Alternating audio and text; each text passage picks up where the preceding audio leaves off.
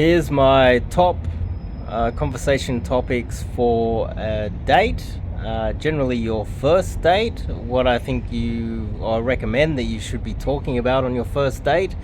Now, uh, when you search this topic online, it is, what is your job? What is your favorite movie? What is your like are you planning to have kids? Do you want to have kids? What is your 5-year plan? Like, there's all these weird conversation topics that the mainstream will teach you, which doesn't make any sense to me at all. What I would say that you guys should be talking about on a first date is totally different from what I would say the rest of them are suggesting, and it is number one. You're on the date. Let's just say it's lunchtime or dinner time. You want to find out if she's, working tonight. You want to work out if she's working today at all after the date. You want to find out whether she has plans for being for after the date. Is she meeting friends? Does she have to go home? What are her plans? That's like number one, because if she has other plans, then you're not high enough priority that she's going to take the entire day off to meet up with you. Unless it's been agreed upon that you're going to have a short little date, then that kind of makes sense. But that means that you don't have much time for the date. It's just a short little date, and it can't really go anywhere at all. The second question is she working, or is she studying, or what is she doing tomorrow? And if she is studying or working, is it first thing in the morning?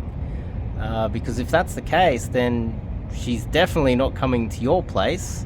And if it is the case, and it's so early, it's like your first date, is it possible that she would stay at your place and then go from your place and then in the morning go straight to work or go to university? Low probability play, in my opinion. So these are topics that I think you should be talking about. What is she doing today? What about tomorrow? The other bit of information is, does she live with roommates or does she live alone? Because, if it's early on, she might feel more comfortable if you go back to her place. And a lot of these topics that you might be talking about on the first date, and what I'm bringing up right now, it might seem like I'm suggesting that every man on the first date should try to sleep with the girl, and well, that is correct. I think that in this day and age, we don't have the leverage that the baby boomers had as men, where they were the breadwinners. They controlled the political system. They had all the money and a lot of the leverage. So therefore, being chivalrous when they had all this power was rare, and that's why chivalry was respected back then. But these days, if you find a girl that actually says thank you after you empty your bank account on the first date, we see that as our version of chivalry today. A girl that is not disgustingly rude on the first date. And so when we can go into depth on that, but I don't think I will, but ultimately you should be trying to sleep with her on the first date, and it is one of the main ways that you can build rapport, unfortunately. And that's not me making up the rules, that's me looking at the dating market and adjusting what we have to do to try and survive out there. And so you will need to know what she's doing today, whether she's working, studying tomorrow. Another thing you'll need to do is figure out how far away she lives, obviously who she's living with, whether you can stay at her place, whether it's even possible within your schedule. And I know a lot of you guys will be flexible. Even if you have to be at work at 9 a.m., you'll be happy to travel an hour and stay at her place and then wake up super early and then go get to work, even though you're tired and you've got 4 hours sleep. Will be worth it for you. That's what we do as men. We put in all the effort. We work hard and we try to pursue the girls, and even though it might take a lot of effort and be exhausting, that's what we do.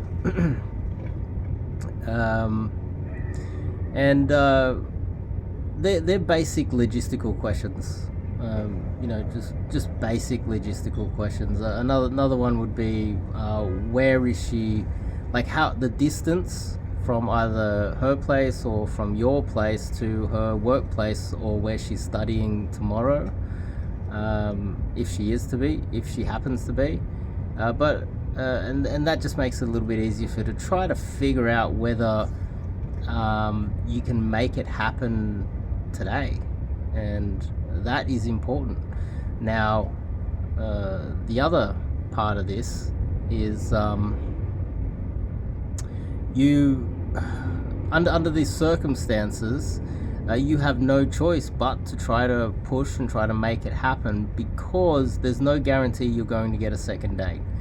And from what I'm seeing out in the dating market with a lot of the guys that I'm coaching as well, is that the second date sometimes doesn't happen, and sometimes the women don't even send the message explaining why. They just stop replying, and it doesn't mean that the guy did anything wrong. It's just that she has too many options these days. She's got online dating apps, all the leverage given to her from the political parties, the political system in the Western society these days, and you have no choice but to try to make it happen. And if anything, one of the beautiful aspects of trying to make it happen on the first date is sometimes the girl sees that as you feeling like you are, I don't know, I guess above her mate value, above her in some respects, and that you are somewhat better than her, and it projects some sort of a higher status. It does project it when you are trying to make it happen on the first date. It also signals that you would expect it to happen, and that you would expect it to happen because you're experienced, and that you deserve it. And they're all, basically high value things, aspects of a high value man that has a lot of options. And so